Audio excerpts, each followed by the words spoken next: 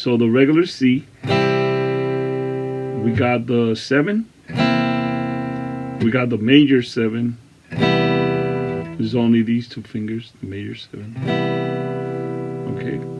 And we got, if you put this here, the C major 7 also, if you put it here. It's just that it sounds, that G, it sounds there.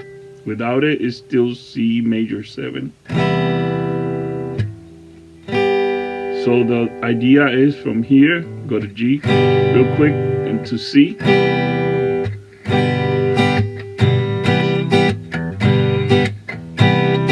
So it's the easiest way or the fastest way.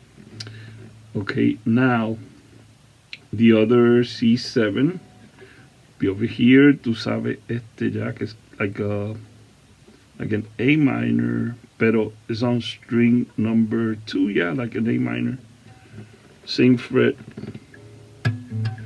the C note, and this one goes on string 2 on the same fret, and then like an A minor. So it sounds like that. This one is movable, remember? C major 7, B major 7, A major 7, G major 7, D major 7,